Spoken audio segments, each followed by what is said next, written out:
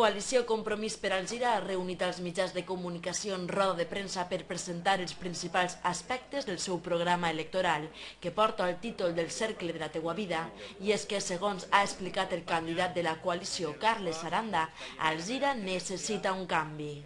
De fet, el títol del nostre programa és El Cercle de la teua vida, perquè pensem que la ciutat d'Alzira ha de donar resposta a totes les necessitats que un veí o una veïna tinga des que neix un xiquet fins que plega a l'edat de la jubilació. La roda de premsa s'ha celebrat a les portes de l'Escola Infantil de Tulei, simbolitzant una de les reivindicacions que porten endavant des de la coalició, com la creació d'una xarxa d'escoles infantils gratuïtes. Simbòlicament hem convocat la roda de premsa davant de l'Escoleta de Tulei perquè un dels eixos fonamentals de la campanya electoral del Compromís és que s'aprovi una llei al Parlament valencià que obligue a la Generalitat a crear una xarxa d'escoletes infantils gratuïtes. És un problema i una necessitat que totes les parelles que tenen fills puguen portar-los a les escoletes de forma gratuïta, igual que està l'educació obligatòria a partir dels 3 anys. La coalició Compromís per Alzira és el resultat de la unió del bloc La República Esquerra i Verds, una coalició que es presenta com una nova opció de cara al 22 de maig. Jo sabeu que porto 2 legislatures com a regidor, aquesta seria la tercera, i per tant he vist un poquet l'evolució, la trajectòria, en aquest cas del govern municipal, i me dona la impressió que el govern municipal està arribant a un final d'un cercle, s'acaba, i necessita d'un revulsiu. Pensem que el Partit Popular està donant símptomes de fatiga. Representants de les diferents agrupacions polítiques que conformen la coalició han parlat de diferents aspectes del seu programa, un programa que dedica especial atenció a l'economia i l'ocupació.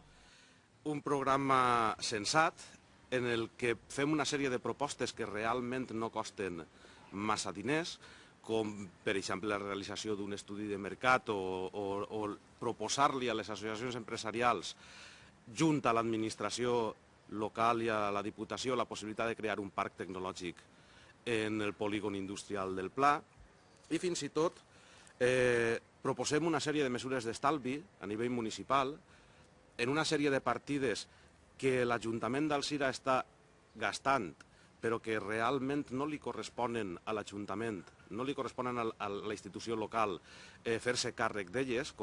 No són partidaris de macroprojectes i macroactivitats. I sobretot el tema per a nosaltres important de fer números.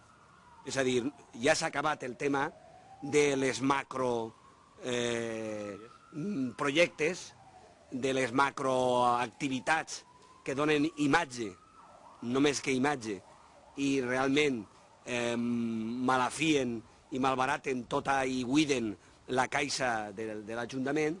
I com no, aposten per entendre d'una altra manera l'urbanisme. Parlar sobre urbanisme sostenible no és eliminar el sector de la construcció, perquè el sector de la construcció és un sector necessari en la societat en la que vivim.